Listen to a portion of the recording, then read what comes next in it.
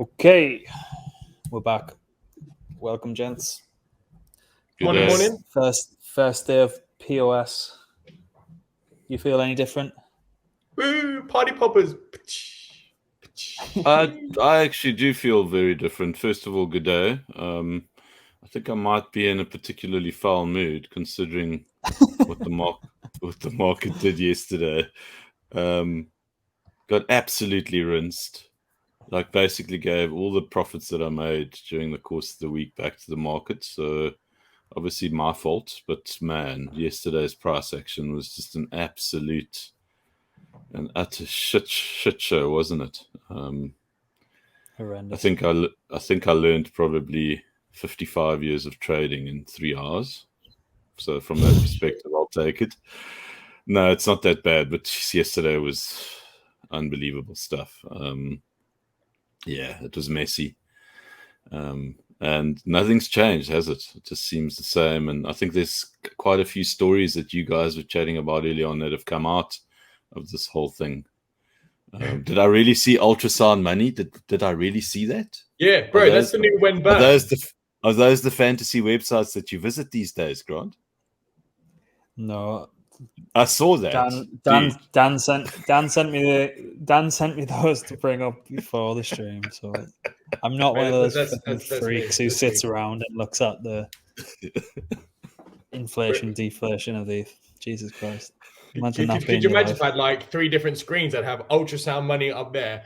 I then have like what the chart aggregator going like that on like the 1 second chart for Ethereum. I'll be like, oh shit, just like pranging out the whole time, mate. That would be hilarious. So now, go ahead. Was it a sell the news, or was it just completely underwhelming, and that caused people to just be like, "Nah, what next? Where's the new narrative for like a year away from the halving?" So, dude, as we saw on the stream, like when the countdown hit 0, nothing happened. Literally, we counted down from 10 to 0, ladies and gentlemen. Nothing happened. No party poppers, no sprinklers, no like strippers coming in the background. It was literally a countdown to 0. And then we had to wait for old Schlong Dong Vitalik to make an update on Twitter. Success. Hey. No, I think no news was good news though. I think. Yeah. Listen, it's an actually quite an incredible thing that they pulled off from that perspective. I mean, technologically, syncing everything up. I mean, I think it was a pretty big deal. You're essentially doing this live with, $90 billion that's locked into this protocol, into this ecosystem. You can't make a hash of that. It's just something you can't do, and they pulled it off. And yeah, well done to them for doing that. Obviously, there's a whole lot of interesting, kind of like academic perspectives on, proof of work versus proof of stake, which has been ongoing for a very long time. But, obviously the Bitcoin maxis get to have their say, which I found hilarious. Like kind of been quite dismissive of that bunch for forever, really.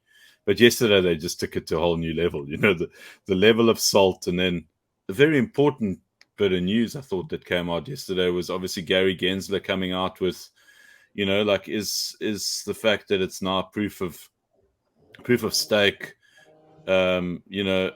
attributed to possible securities, God, and obviously the maxis just go away. and then obviously the maxis just love it, it's like the maxis and their infinite intelligence, like, yes, it is a security, and this needs to stop, and it's like, guys, you're not doing yourselves any favor in terms of your frickin' bags. Like, what are you doing for your bags by being on that train? You're not doing yourself any favors. So, we've got to do this together. We can't do this separately. Not that I'm seeing us as an us and them, it's like, but they just don't get it. Anyway, so I think that's obviously it's a whole lot of FUD, but that discussion has now come up again. They do realize even if Ethereum is wiped off the face of the planet, no one would still be buying Bitcoin. They don't get that, Grant. That's the problem, is that they don't get it. And it really is sad because there needs to be, there really needs to be a supportive thing. It's like, be one of us. And one of us means that we're a community and we shouldn't be distinguishing between us. I mean, it's fine to kind of like, a little bit of smack talk, but when things get serious, then we've got to stick together. And something like Gary Gensler coming out and, making those statements, that's robbing us of the one of us narrative. And that's all that matters, in my opinion, anyways. Yeah, that's when all you've got is a hammer, you see everything as a nail. That's like Gary Gensler. I bet he like goes out with his family on weekends and like looks up fucking Big Macs and says, "Oh, are they a security?" No. We're gonna securitize so hard. Oh, I love it. Oh. But he seems to be quite politically motivated, as an individual. I think that's come up before and it has been discussed before. And this just, falls into that because I think there was a Senate hearing yesterday and, obviously these topics were discussed. The merge was obviously a big thing. And it almost felt like he needed to say something in order to let everyone know that, he's relevant and he's part of this whole thing. And I think that there might be a bit of that. I'm hoping that's the case. Anyways. Yeah. Or it's like, yeah, we're watching. We're watching closely. Absolutely, we're watching. So keep your hearts in order.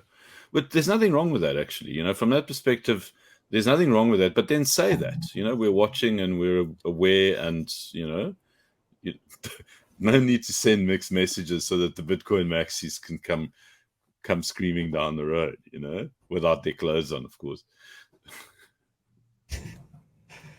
What was the? I did see Let's just bring this up now because, according to check your sources, yeah. According to BTC.com, Lido currently ranks first according to the Ethereum pledge rankings with a total of 4,100,000.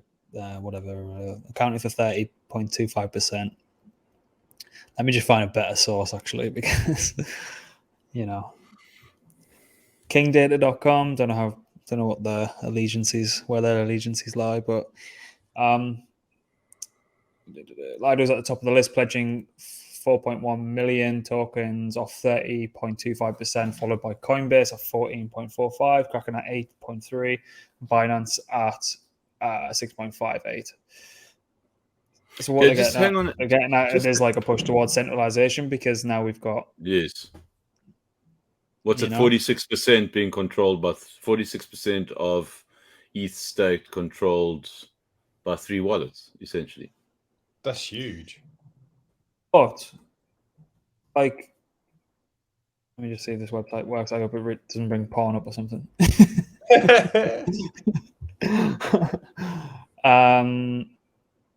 I don't even like this. This is the problem with websites. Like, just make it as easy to fucking find the shit you're looking for. I'm not gonna try and figure that out. Anyway, yeah, but with they're effectively like a, they have about a lot of different validators under that kind of umbrella, don't they? It's not just like one Lido node that's processing this. They delegate out to like a variety of different validators that they vet. If I'm not mistaken, I'm pretty 90% sure that's the case. So it's not as if like Lido are the only ones processing that. It's like under their validator said, "Oh, fuck off."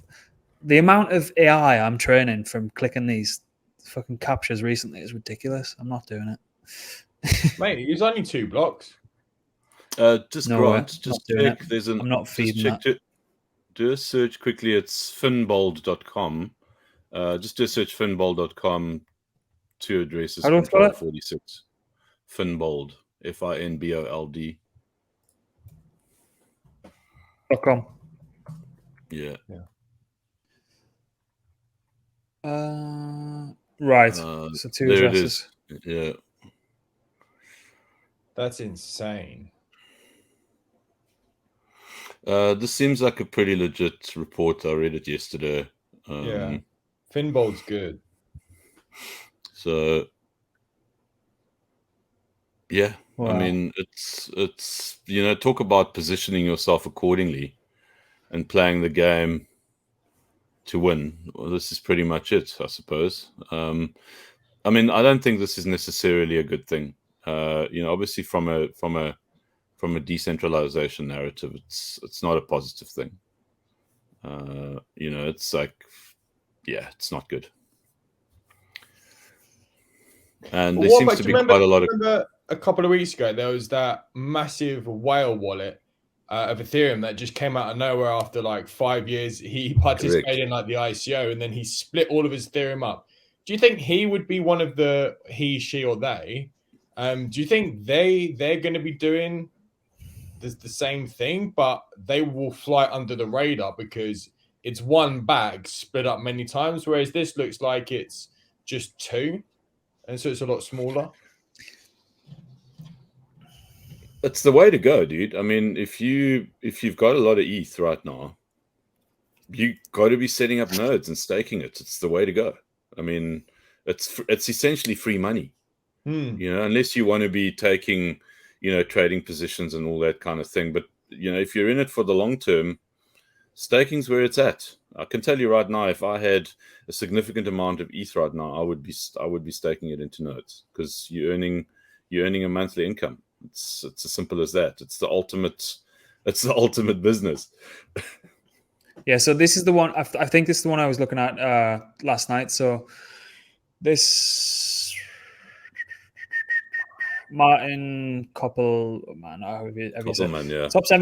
Top seven entities controlling greater than 2/3 of the stake is pretty disappointing to see, to be honest. But he also says, and no, dear Bitcoin fans, it is not better on Bitcoin. In fact, you only need 4 entities to come to greater than 72%. So, Degen Spartan has posted a graphic that Banteg posted, and it shows the kind of makeup of the Lido validator set in and of itself. So there's a shit ton in there that make up Lido. So it's not, you think of Lido as an umbrella as opposed to kind of one validator node. So that kind of information is, as I say, when people manipulate data to boost their own kind of argument, I think there's a little bit of that going on. But like this guy saying Lido Cohen, for example, representing Lido as one entity is wrong. It's over 25 different entities. Lido is just a coordination protocol and tokenizing the stake positions of these node operators. So, yeah, I mean, it's funny because it feels like Bitcoin is no more about Ethereum than the Ethereum crowd at the minute, because they have to. It's their only kind of stick to relevancy. So, yeah, it's not as bad as it first looks. And then again, you've kind of got the likes of your Rocket Pool, which create a similar sort of product to Lido, but decentralize it. And it looks like Consensus might be about to deploy through Rocket Pool. And there was another really big traditional setup that we're about to use Rocket Pool as well. So keep an eye on that. But yeah, that's that kind of argument. Not blown out the water because I really don't like the way that it seems to be conversion, even on like a surface level. Because if Coinbase have a large say in it, or like a regulated entity have a large say in it, that's just not good. We've seen their knee-jerk reactions for the past couple of weeks. So I don't know. I don't really know my opinion on it. I don't really care, to be honest. But yeah, should we get on to the meme of ultrasound money? Oh, let's go on to the fun stuff now. It's Friday. Look at that. Hang on a second. I want to just ask a question quickly. I mean, this is something that we'll discuss many times in the next months and probably years if we're still around. I mean, I'm a boomer, so I don't really have much time left. But let's bring it up now. There's this narrative around the Bitcoin halving, right? Bitcoin halving is the catalyst for, and it has been for the last 3 cycles for the next bull cycle. We're 840 days away from, 551 days, 9 hours, 22 minutes, and 54 seconds away from the next halving. There's 2 million Bitcoin left. The next halving, after that, it's 4 years, right? There's probably going to be, because the difficulty level is that high, you're only really going to be able to mine a fraction of the amount of coins that you've mined over the 4 years prior to that. And it just obviously exponentially increases. If the halving is about the number of Bitcoin being removed from the market because of its mining capacity, is 100,000 Bitcoin, for argument's sake, I mean, I'm not going to drill into the numbers, but is the number of Bitcoin that's being removed from the market in terms of its mining capacity going to really influence the price that much? Because there's not really that much Bitcoin that will be entering the market anyway. Oh, there isn't really that much Bitcoin left overall. There's 2 million left to be mined over, 200 years. Is the halving really going to have such an impact?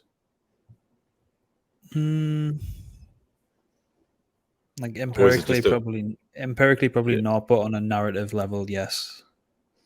Okay, so that's what we're going. But we also seen the merge narrative, the biggest thing to happen to Ethereum. Obviously, we have macro headwinds, so we'd have to weigh that up when it comes to the halving narrative. But it didn't exactly have a blow off top or anything. It's the least impactful price action I've ever seen from anything around a catalyst. I did warn you that I was grumpy this morning, so I thought I'd just ask that question, kind of be a negative Nelly around the next halving. Imagine how pissed off people will be if, the next in 550 days it comes and nothing happens to the price of Bitcoin. Dudes will be pissed, man. I don't even think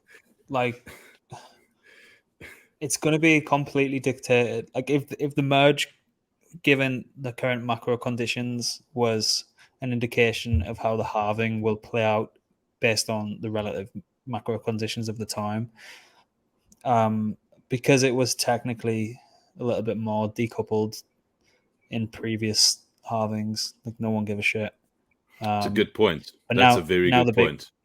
Now the big boys are here. I don't really think we get those cycles used to come basically around halvings, and that was the dictator of it. And obviously there was a little bit more external factors, but that was the kind of meme around that. Now it's we're playing by the larger market cycles as opposed to our own internal cycles, if that makes sense. I think. I think so too. I think you're 100% right, Grant. Bang on. I think you've hit the nail on the head. It's if you want to play the crypto market, then you need to go and do the shitcoin thing. That's where there's crypto. ETH, the majors, they're all following the trend. That's Bitcoin, and Bitcoin is very much a part of TradeFi now, and that's the game that's being played. It really is that simple. It's not really up for a debate. It's been proven a million times in the last year. I mean, it's just, every day you see it. We've had a couple of days, maybe 2 days. This is probably the biggest thing to happen in the space in I don't know how long. And this, macro headwinds were way too strong to allow it to do absolutely anything. Insane, actually, yeah. I mean, we said it, on numerous times. Dan lost his mind at least 42 times in the last 2 months. In 1 minute candle. well, absolutely. But there was, if there was ever going to be an argument for Ethereum to really rise above and to kind of do the flippening, and it didn't even have to be a flippening around the value of. All it needed to do was just go on its own path and just do its own thing. But it's incapable of doing that. And if an event like this can't make that happen, then my assessment on it, unless things change drastically, I think we're part and parcel a part of what's happening on Wall Street and traditional finance, and we're not going to move away from that anytime soon. I don't think that means to say like if that's not as doom and gloom as it sounds, because like particularly for us three here, it's we go and explore in the depths of shitcoin hell and like try new protocols that come on the market. If traditional markets are allowed to even move up on a steady pace, and there's no kind of external factors that just seek to completely destroy the market overnight. If markets are allowed to just like slowly push higher, or like they get a little bit of leniency and they're allowed to move upwards, like even if Bitcoin and ETH aren't pumping as hard as they naturally would do if it was decoupled, there will be enough kind of relief in some of the altcoins that will return like completely ridiculous returns. So it's not like doom and gloom. It's just now we need to kind of be more aware and really see that relief in the traditional markets to allow us to then kind of get a little bit more degenerate and look at which kind of alts that are coming onto the scene that might do the 10x's and things like that. So it's not dead, but Absolutely. I mean, let me clarify, and 100% agree with you. Listen, Michael, markets have cycles. Right now, we're just at the bottom of the bottom, and that's all it is. We're going to go back up again at some point. It's just the nature of what markets are. It's a guarantee. It's done it since the beginning of time, and it will do it again. I'm just reflecting, as are you, around where we're at the moment, and what are the realities around what's governing these assets, particularly Bitcoin, and then in turn Ethereum. But I would have loved to have seen some kind of even pre-merge coming into the merge. I think that's why Dan lost his mind on all those occasions, and I did too on one or two of them, because I felt that maybe ETH does have an opportunity here to really kind of like dictate her own narrative and her own destiny. But unfortunately, I mean, it was a bit naive to think that, but it was kind of like a little bit of a hopium thing. Anyways, moving on. I'm just trying to look at. Are you trying to find some bull juice? I'm trying to see where we're at support now, right? I'm trying to see historically what has happened if we've touched or breached the 200 EMA. Black Swan event completely. That's when it. Yeah, so December 2018, Jan 16, obviously 2000 and just an interesting piece of data that came up yesterday is that mortgage rates in the States are at their highest since 2008, 2009, 6%. Yeah, all those people who locked in variable rate mortgages are going to be. I just wish it'd just fucking hurry up and get it over and done with. I was actually thinking that yesterday evening. I was like, it would actually be a beautiful thing to just watch Bitcoin go to 10K, get it over and done with, and then we can just proceed from there. Like one giant red candle, just absolutely rinse. Just by the way, in the last 24 hours, $320 million has been liquidated. Mate, are you watching the 1 minute chart without me? If you are, I am so hurt. No, I'm just looking at the news. Just check the news coming up here on one of my devices. Yeah, 320 million Bitcoin and crypto liquidations in just 24 hours, with Ethereum the most impacted. Nice. Right. So Dan, you're probably a bit more clued up than me. I've just completely disregarded any of it. So what's happening with ETH proof of work? Or the many ETH proof of works, as it seems. It's really annoying. I was sitting in the front room and the guy was doing the mowing of the lawn outside. I've now come into Goblin Town and he's now doing it outside this run. And I'm just like, mate, are you serious? I've just transferred. There you go. Fuck off. Sorry. Like that's why I keep muting because I can hear him. Like you can hear it go quiet as he walks up the lawn. And then it just gets louder and louder. And then he peeked his head in my window and I was like, mate, you serious? Like, man, I'm trying to do ladies and gentlemen, where we do the real thing, we don't laugh and we don't pretend, and this is evidence thereof. Mate, this is why I've been sent back into Goblin Town. You're gonna hear him in about 2 minutes. So, Ethereum fork. Wow, what the fork is all of this? No one really knows. No one really knows what the fork's gonna go on there. All we know is OpenSea aren't supporting forks, Chainlink aren't supporting forks. So, what the forks are pointing that? Like, you put all this stuff in your MetaMask. I did it today, and it was like ID wrong. So then in your MetaMask, it comes up as, I was thinking, oh shit, this is a scam. Comes up as like BCHT. So while we were here, I just did a little testing onto Bybit, and it worked. So hopefully I'm not going to get super scammed. But then yeah, it looks like what did you do? Send it to Bybit.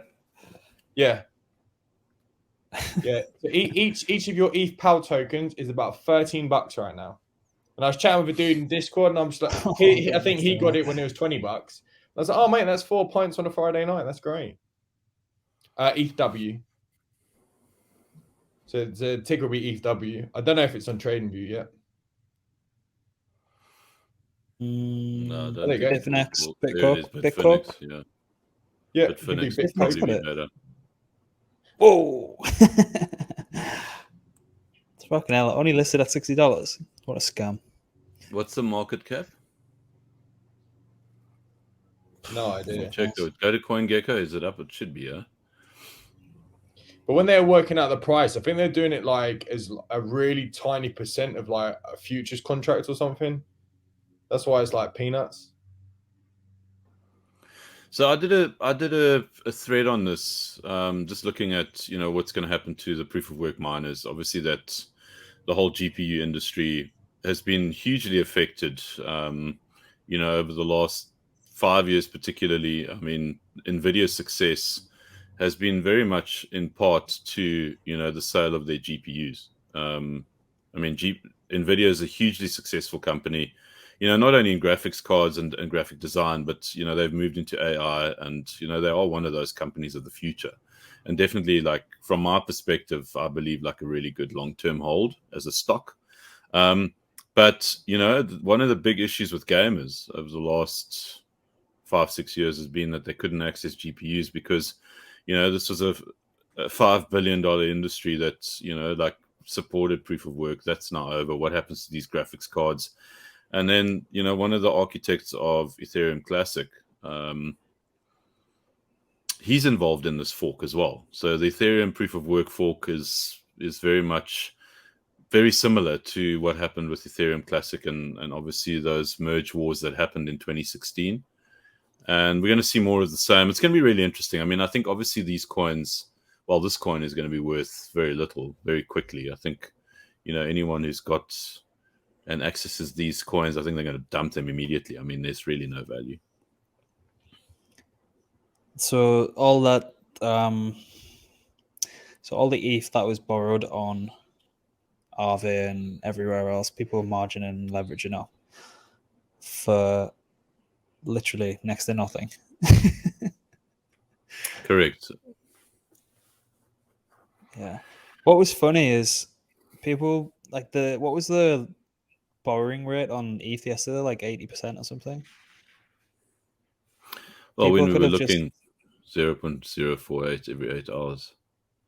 Oh no, like on Aave, I think it was like annualized at around maybe even more than 80%, but people could have just borrowed dollars and bought ETH. It's amazing. Yeah, I mean, there was so much gamification going on over the last 24 hours. I mean, with the proof of work fork, I think there's like I said in my thread, I think there's going to be some interesting stories that are going to come out of that in terms of how people will have manipulated the mechanics and the game aspect of it to make money, and we're going to be like, wow, that was so obvious. Wow, that was so obvious, and like serious money.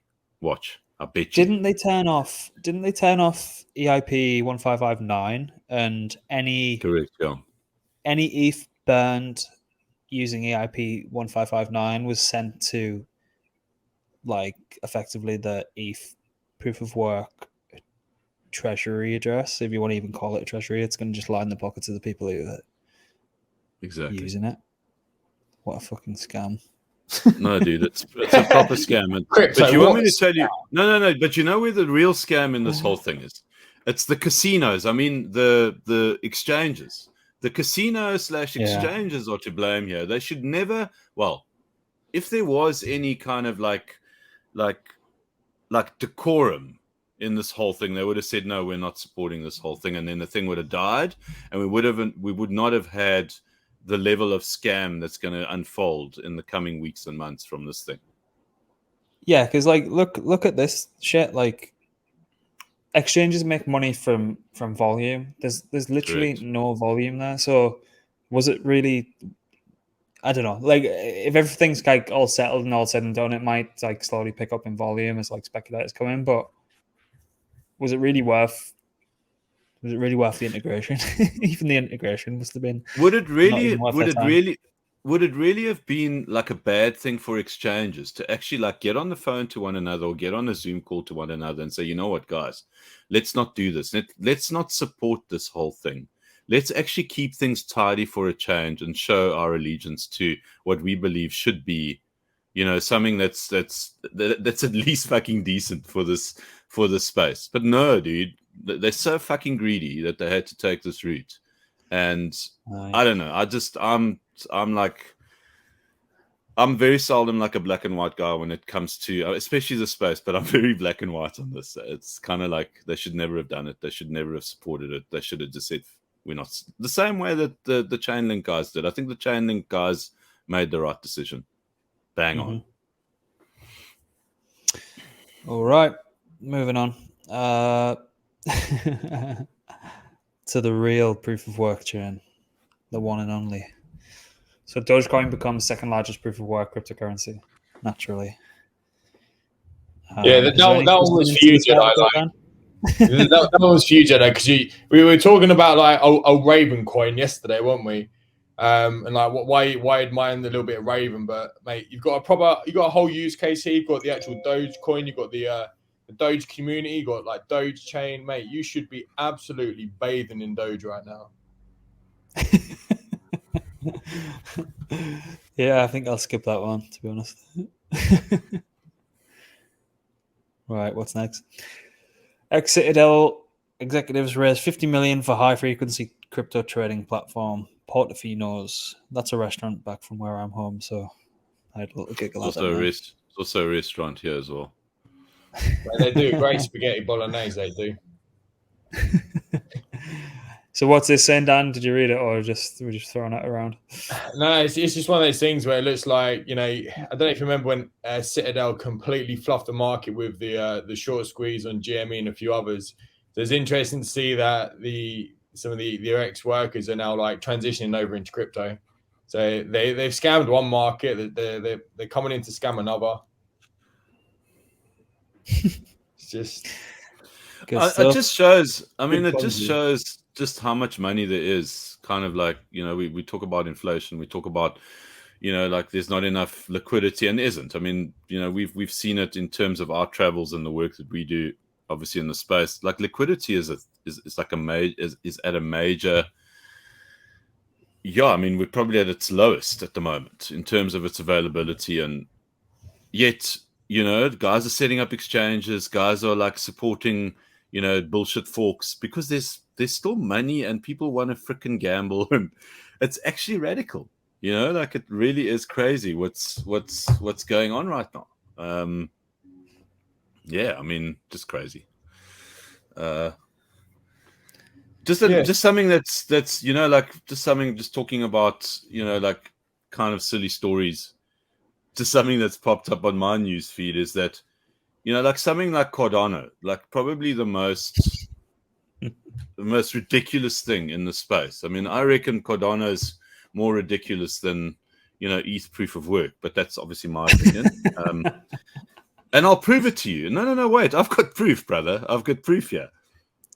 Headline: Georgian wine is going on the Cardano blockchain.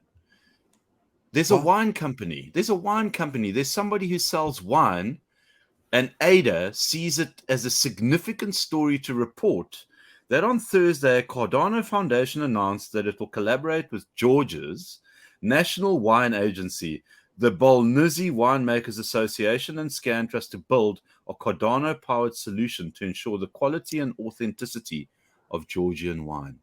Dude, that is so relevant to the Cardano freaking blockchain that they had to let us know about it.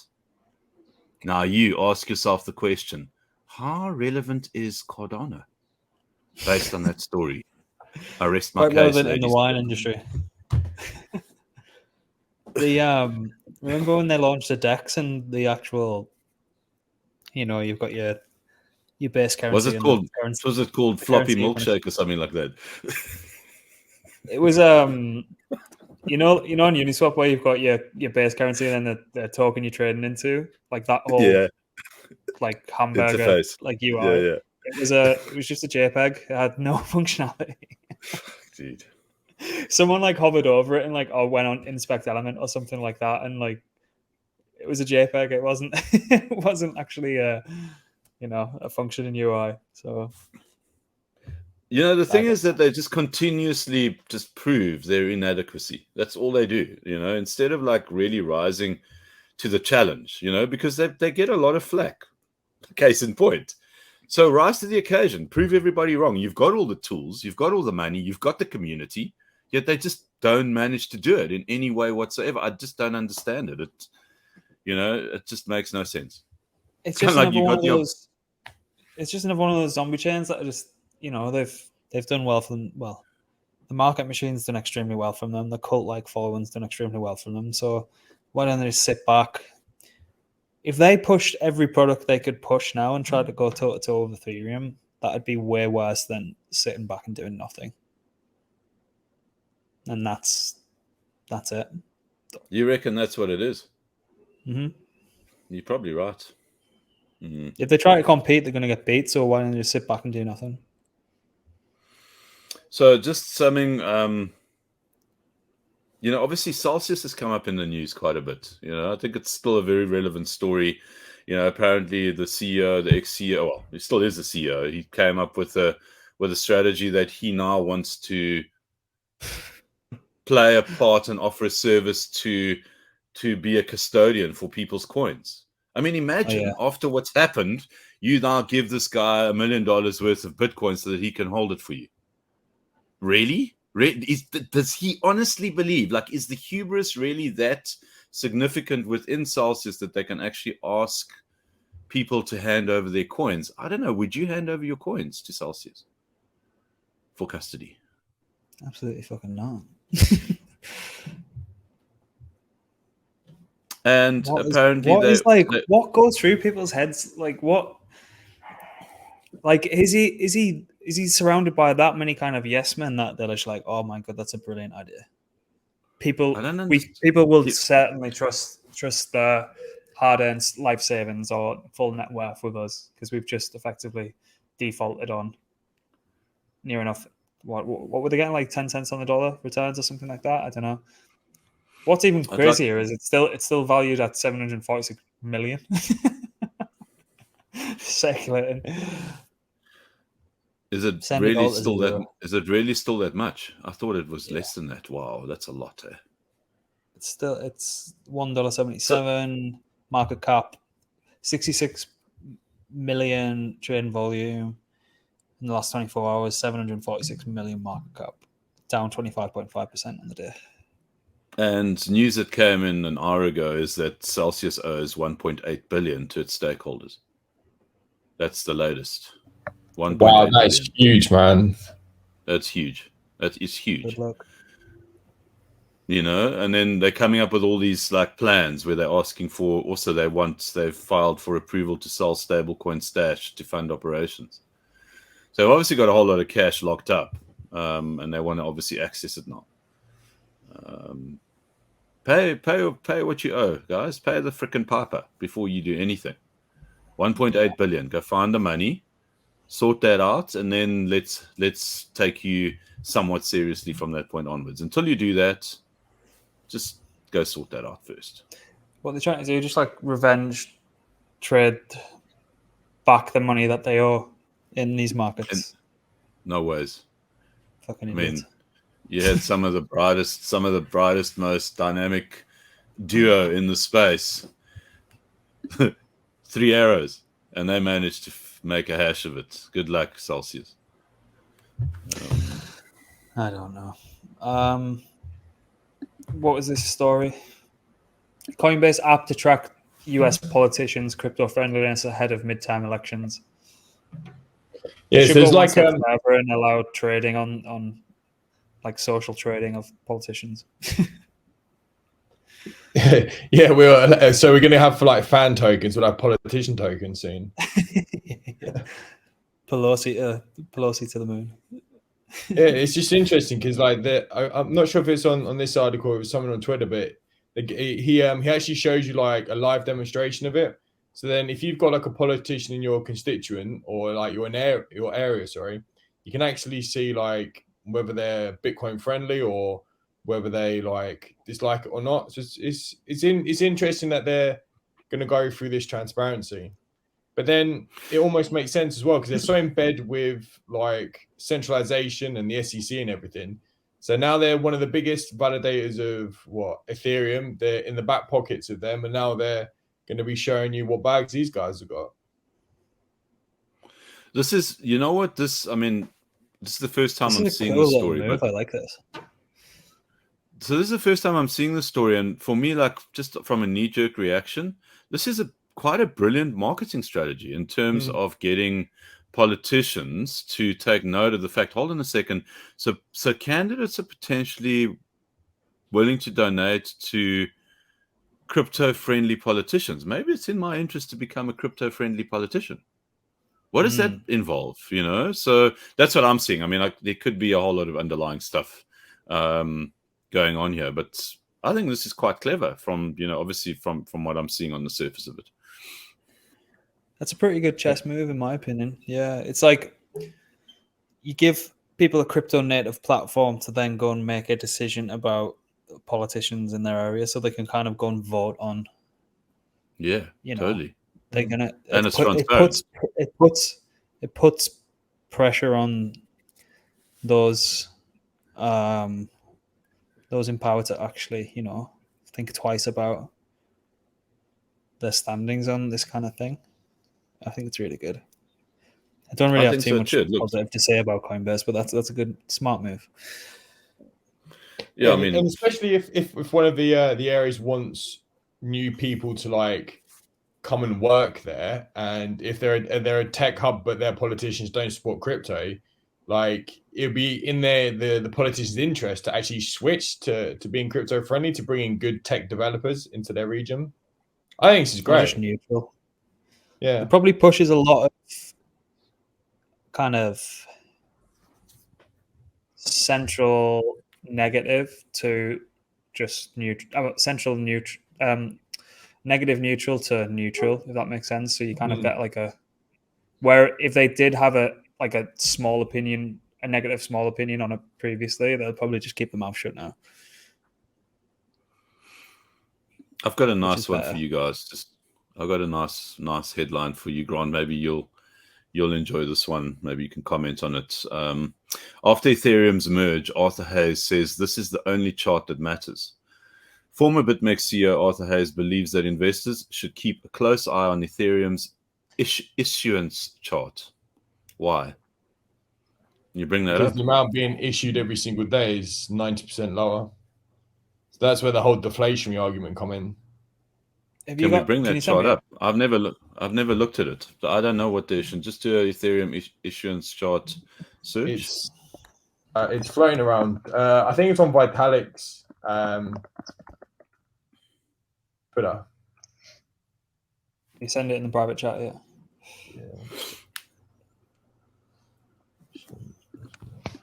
So obviously this is around the deflationary nature that Ethereum is now in. And to what extent is Ethereum deflationary? Depends how many people use the network. Because as we've seen in day one, it's inflationary. Dan, that's not what you were supposed to say. You do realize that you could get executed for making a statement like that. I mean, the least of your concerns are legal ramifications, you actually wish someone sees you for saying that, because I think you might actually be shot. Don't leave the house, bro. I'm flooding my own bags. Shit. Yeah, so there was a great flow chart of so it depends on network activity and gas, but it also kind of depends on Ethereum stake. So obviously the more staked and the higher the GUI, then the more that is burnt, and obviously that plays into kind of issuance and deflationary. So, but because I've got a plug in here. It says we've got GUI at 6. So supply chain since the merge is positive 186 Ethereum, right? I can't remember off the top of my head the number of issuance per day, but it's orders of magnitude lower, despite it still being positive. And we're in a dire time in the market, so activity on chain is going to be relatively low. We've got L2s popping off, so L1 activity is going to be lower. So I think I can't remember who, some guy on the Empire podcast, like kind of pointing out that expected staking APR for Ethereum is being projected way higher than what this guy's argument was. And there was like a couple of different misconceptions about the merge and how that will kind of play out. And I think he's, from the argument, I can put it in the description for anyone who wants to listen, but everything he kind of said was true. And I think the same guy was on Bankless as well, and they were kind of pushing back against all his arguments. And I know it's only been a day or so, but everything he said, arguments against the merge. Well, he was like, primary point was, it's to be net deflationary, you're going to need a certain amount of ETH stake, which is near enough kind of at the levels he was saying, and then you're also going to need the activity to drive gas up to and sustain at a high level over time to actually become deflationary. And immediately out of the blocks, he's been proved right, because we're not deflationary, and I don't necessarily expect to be in the first couple of days with network activity and no one's trading at the minute. We're all just kind of pushing money around against each other. He was also saying a lot of L2s will probably bear the brunt of network activity, particularly for kind of DeFi protocols. And Vitalik's said a few times that he expects NFTs to be probably housed on L2s going forward and stuff like that. So during high network activity times, people will be throwing ultrasound money around and showing how it's been like net deflationary. But and over time, it certainly will be with network activity. But a lot of like the misconceptions about how high staking rewards and things like that were going to be following the merge were just completely wrong, complete Ethereum propaganda. And he's been proved right. I know it's only been 24 hours, but time will tell his thesis. So obviously, my favorite chart boys, the Crypto Watch guys, love these guys. Absolutely love them. If you guys haven't seen this website, go check it out. They've got they should actually pay me for this. In fact, I'm going to call them and demand they pay me, because I'm probably their biggest fan. Go check out this website, guys. If you don't use it, it's got everything. They're super on it. Anyway, so this is the issuance chart. So we've gone from like 13,000 all the way down to 3,386. That's ETH a day, I would assume. Huge. Yeah, it is huge. But it doesn't make it deflationary, does it? Unless, not yet. Not yet anyways. In a bull, I think it would be. I would imagine. Oh, 100%. 100%. Definitely. Mate, when gas gets up to $200, that's when it's time. That's when this will get like deflationary. Definitely. I mean, right now people are probably just gonna like take their rewards and then just dump it for now. There's no real other use if no one's trading. Well, I mean, it's been stated many times before. A lot of the LARPs keep on posting on Twitter how, bear markets are for building, and bull markets are for creating wealth and all that kind of stuff, and it's like, just preserve the capital, keep it tidy, and don't give it all back. That was directed at me. Yeah, I mean, see, like, Ethereum doesn't really have too much of a use case now, in theory. Like, there's no real strong. Yes, you really are trying to get yourself killed, aren't you? Yeah, I'm literally going to become bankrupt soon. It does have a use case. It does. It's needed for the shitcoin space. Yeah. One final thing from me, anyway. I don't know if you guys have any. This is non-crypto related, but I thought it was quite interesting. Figma have been acquired by Adobe for $20 billion. 20 billion in this market. Who is leading the Adobe acquisitions team? So what does Sigma do? See, I don't even know what Sigma does. Figma. So Figma's kind of like...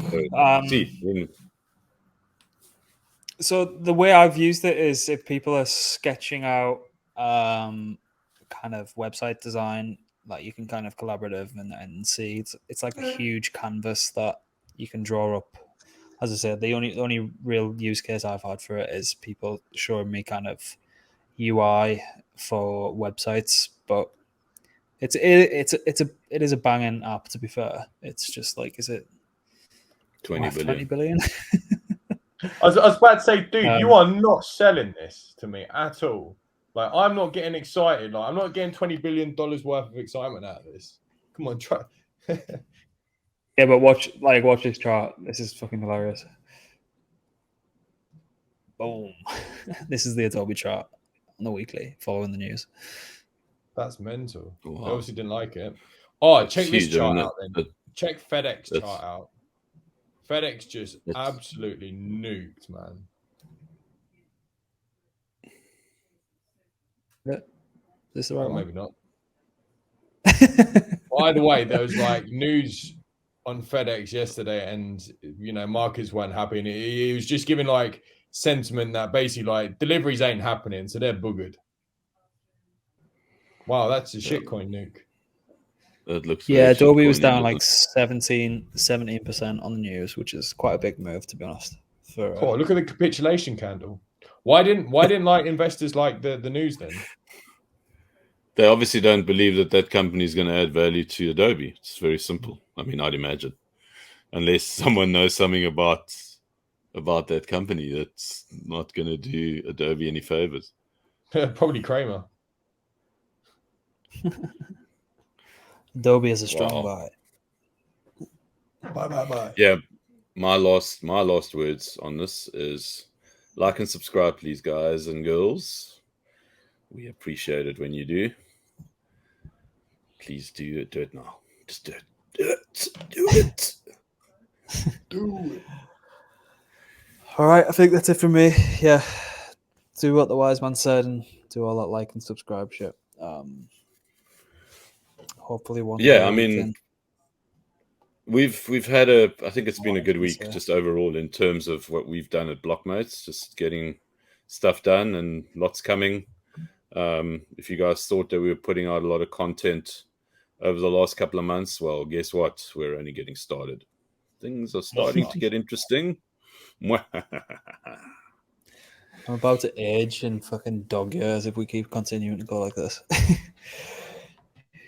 Mate, you just need to get a little bit of a shave. Let's be fine. Oh, yes. We also, just something else, Dan. I mean, how could we forget this? We're going to be in London next week, Dan and I. I'm getting on a plane. I'm going to fly to London, and we are going to be, we're actually media partners with the Zebu Live guys, and we are going to be causing trouble, I think. I think there's going to be a whole lot of trouble that we are going to try and get going. Really looking forward to that. Real life degeneracy. Yeah, we're going to go and interview some people. We're going to go and meet some people. If you are in London, check it out. I think it's going to be worthy, and I think it's going to be pretty hip. Definitely as a boomer, I'm super looking forward to it. I've been kind of deprived of these kind of things for years, so it's going to be amazing. Sick. And we've got another week before that. I was just going to say I'll be at Singapore, but we can talk about. Oh, actually, if you guys are away next week, then I'm not doing it by myself. Fuck that. We'll do Tuesday. I think you guys can do Tuesday. I'll be on a plane. But you guys can still do Tuesday. Oh, crazy. All right. Well, we'll do that then. But yeah, I'll be in Singapore if anyone wants to buy me a £25 beer or whatever it's called, whatever the price is over there. Are you connecting with some of our friends? Are you going to go and see Raymond and? Yep. Good. Yep. Get him to buy you several £25 beers. Yeah, get it on the Guildfire account. Yes, there we go.